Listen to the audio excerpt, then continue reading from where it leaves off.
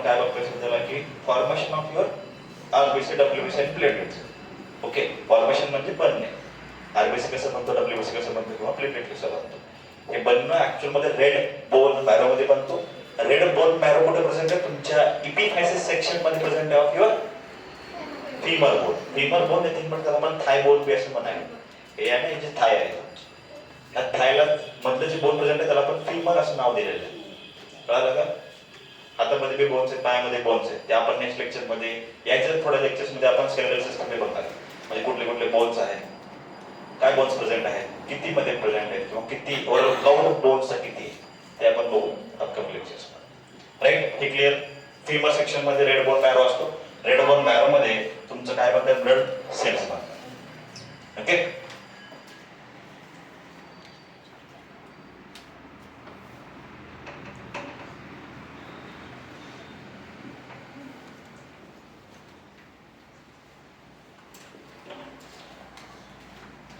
Basically तुमच्या blood बनण्याच्या प्रोसेसला आपण हिमोपोएसिस असं म्हणतो. डोक्यात ठेवायचं. ब्लड सेल्स बनण्याच्या प्रोसेसला आपण हिमोपोएसिस असं म्हणतो. कळाला का? ब्लड सेल बनण्याच्या प्रोसेसला आपण हिमोपोएसिस असं म्हणतो. राईट, त्याच्यासाठी तुमच्या बॉडीमध्ये का नाही स्टेम सेल्स. स्टेम सेल्स म्हणजे काय? त्या गोष्टी सांगतो तुम्हाला.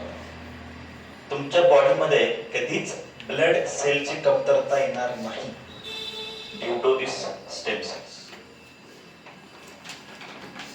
आली कमतरता तर बाहेरून ब्लड चढवावं लागतं आपल्याला, पण ते कंडिशन्स आन्सर व्हायला. जर तुम्हाला कुठली कंडिशन झाली असेल, जेव्हा तुम्ही नॉर्मल कंडिशन्स मध्ये आहे त्या टाइमला तुमच्या बॉडीमध्ये स्टेम सेल्स प्रेझेंट आहेत to prepare your haemopoiesis process. Haemopoiesis process मध्ये काय बनतोय?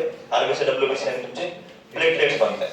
हिमोपोएसिस प्रोसेसला चालू करण्यासाठी ना तुमच्या बॉडीमध्ये स्टेम सेल्स लागतात. तुम्हाला जर तुमच्या बॉडीमध्ये ब्लड सेल बनवायचे आहेत तर त्यासाठी तुम्हाला बॉडीमध्ये स्टेम सेल्स लागतात of your blood. Of your blood म्हणतोय कारण की प्रत्येक पार्टकडे त्यांचे वेगवेगळे स्टेम सेल्स आहेत. जसं की तुम्हाला एक्झाम्पल दिलं, मी तुम्ही कटिंग करता, कटिंग केल्यानंतर परत तुमचे केस वाढतात. Right, the reason for that is की तुमच्या बॉडीमध्ये हेअरचे स्टेम सेल्स प्रेझेंट आहेत. ओके, तुमच्या बॉडीमध्ये हेअरचे स्टेम सेल्स आहेत.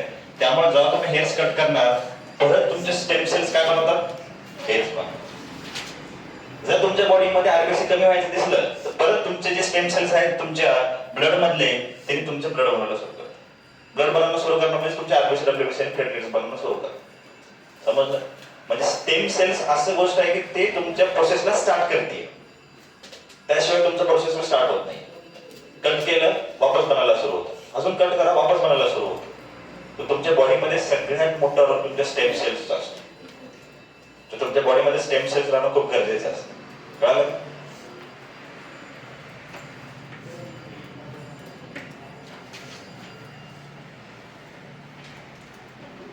सगळ्यात पहिला बघू आपण, that is your RBC. RBC nothing but red blood cell. Red blood cell nothing but त्याला नाव काय? Erythrocyte, not thrombocyte. सगळ्यांचे नाव क्लिअर डोक्यात ठेवायचे. कळलं? एरिथ्रोसाइट चं काम काय बॉडीमध्ये आपण बघू. सगळ्यात पहिलेचा काउंट सांगतो मी तुम्हाला. काउंट म्हणजे हे बॉडीमध्ये किती अमाऊंट मध्ये प्रेझेंट आहे. तुमच्या बॉडीमध्ये तुमचं जे आरबीसीचं काउंट आहे it is around 4 to 5.5 million. 4 to 5.5 millions. Okay, तुमच्या ह्यांचा काउंट असतो. कशाचा? आरबीसीचा. तर आरबीसीचा काउंट ओव्हरऑल तुमच्या बॉडीमध्ये 4 to 5.5 मिलियन मध्ये असतो. राईट, नेक्स्ट तुमच्या आरबीसी हा ऍक्च्युअल मध्ये 120 दिवस जगतो. Life span. The life span of your RBC is only 120 days. म्हणजे काय की एव्हरी 120 days ला तुमच्या बॉडीमध्ये आरबीसी परत बनतात नवीन.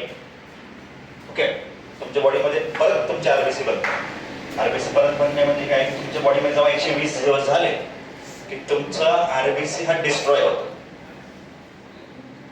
तुमचा आरबीसी हा डिस्ट्रॉय होतो. डिस्ट्रॉय होऊन कुठं जातो माहिती होतं तुम्हाला? दिस इज युअर स्प्लीन. स्प्लीन हा बॉडीतला ऍक्च्युअल मध्ये एक लिम्फॅटिक ऑर्गन आहे. त्याचं ऍक्च्युअल मध्ये काम काय तुम्हाला मी सांगतो. स्प्लीनला आपण काय म्हणतो माहितीये का? ग्रेव यार्ड ऑफ आरबीसी असं म्हणतो. ग्रेव यार्ड ऑफ आरबीसी असं म्हणतो. ग्रेव यार्ड म्हणजे काय माहितीये का? शमशानभूमी. Graveyard is nothing but शमशानभूमी. शमशानभूमी of your RBC. Spleen is the शमशानभूमी ऑफ युअर आरबीसी. म्हणजे तुमचे जेव्हा 120 दिवस झाले तर तुमचा आरबीसी डिस्ट्रॉय होतो. डिस्ट्रॉय होऊन तुमच्या स्प्लीन मध्ये जातो. कळलं? आरबीसी बद्दल बघतोय आपण. आरबीसीचा मी तुम्हाला ओव्हरऑल काउंट सांगितलं की 4 to 5.5 मिलियन एवढे तुमचे आरबीसी असतात तुमच्या ब्लड मध्ये प्रेझेंट. तुमच्या आरबीसीचा लाईफ स्पॅन हा 120 दिवसाचा असतो. ओके. आणि आरबीसीस बेसिकली डिस्ट्रॉय झाल्यानंतर तुमच्या स्प्लीन मध्ये जातात आणि स्प्लीन इज नथिंग बट ग्रेव यार्ड ऑफ युअर आरबीसी. आरबीसीचा अजून फंक्शन काय बघू. तुमच्या आरबीसीला तुमच्या किंवा आरबीसी मध्ये तुम्ही बघितलं असेल तुमचा ब्लड हा रेड असतो. माहिती आहे तुम्हाला? लाल कलरचा ब्लड आहे. कोणाचं पिवळं वगैरे आहे? पिवळं कलर नाही राईट. बेसिकली जेव्हा ब्लड रेड व्हायचं रिझन सगळ्यात मेन काय असतं माहिती होतं तुम्हाला? It is due to haemoglobin.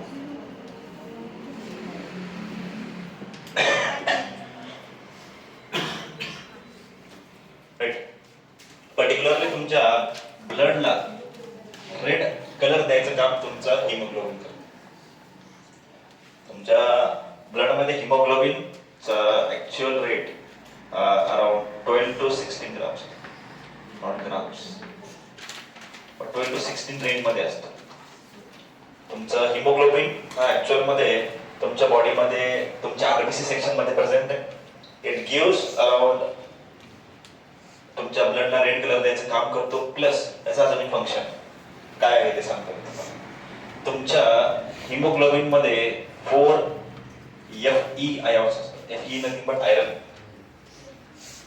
The basic function of your iron is समजा असं सेक्शन आहे.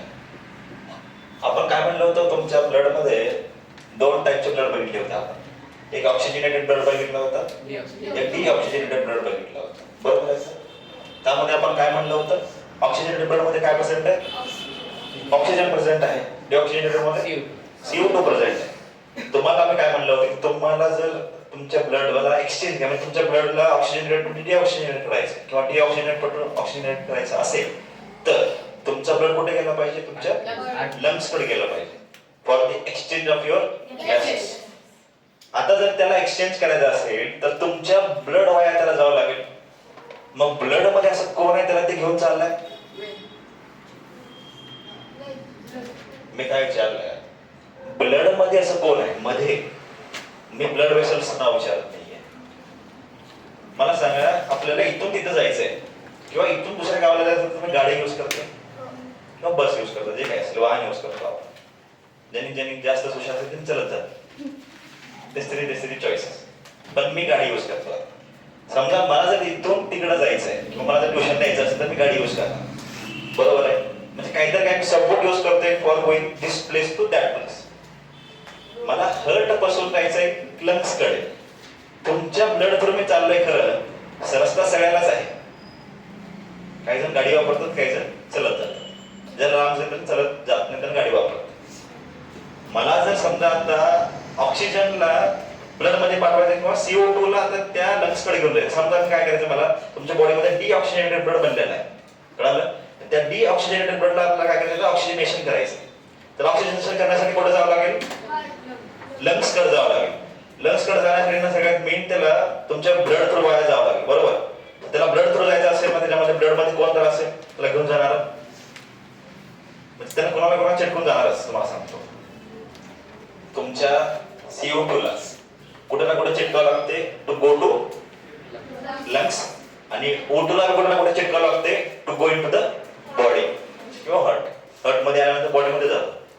मग ते जे ऑर्गन आहे किंवा जे जे सबस्टन्स आहे तुमच्या बॉडीमध्ये प्रेझेंट आहे, दॅट इज युअर हिमोग्लोबिन. म्हणजे इकडून तिकडं करायचं सगळं काम तुमच्या हिमोग्लोबिन करत आहे, म्हणजे हिमोग्लोबिन लेवल चेक जाते सरळ सरळ असं नाही.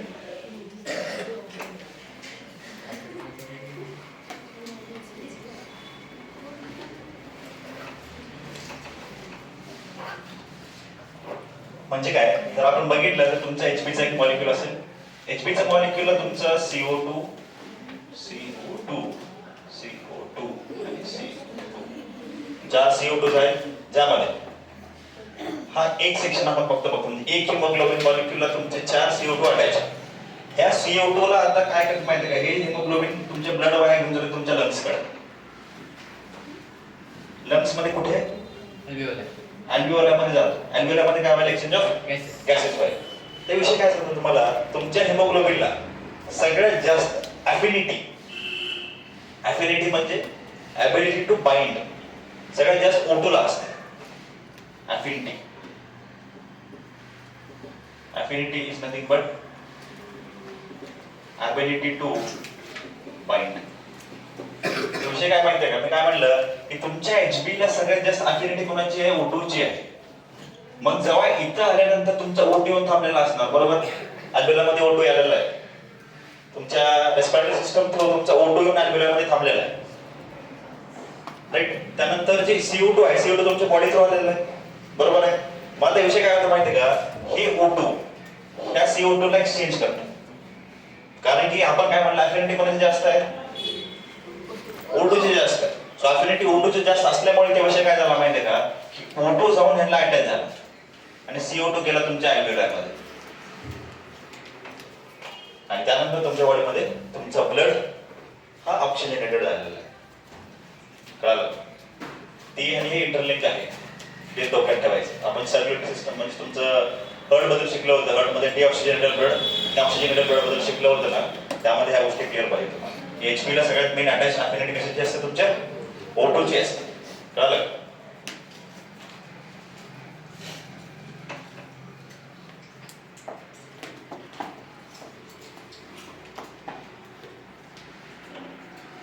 नेक्स्ट तुमचं WBC, नथिंग बट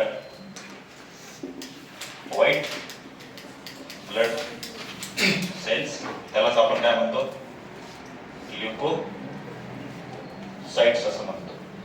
काय म्हणतो, ल्युकोसाइट्स असं म्हणतो. तुमचा WBC ला आपण ऍक्च्युअल मध्ये काय म्हणतो माहितीये का, या called as soldiers of the body. WBC is also called as soldiers of your body. Basically soldiers of your body म्हणजे काय, की तुमच्या बॉडीमध्ये तुमच्या इम्युन सिस्टमला हेल्प करतो WBC, to maintain your immune system of your body. त्यालाच आपण सोल्जर्स ऑफ युअर बॉडी म्हणतो. सोल्जर्स काय करतात, आपल्याला डिफेन्स प्रोव्हाइड करतात. डिफेन्स नथिंग बट आपल्याला वाचवतात. मग तुमच्या basic function of your WBC is to defence, म्हणजे तुमचे बाहेरून जे काही व्हायरस बॅक्टेरिया वगैरे येतील त्यांना बेसिक किल करायचं काम तुमच्या WBCचं आहे. कळलं, राईट. WBC मध्ये ना क्लासिफिकेशन आहे. WBC मध्ये क्लासिफिकेशन आहे, ते आपण बघणार आहोत.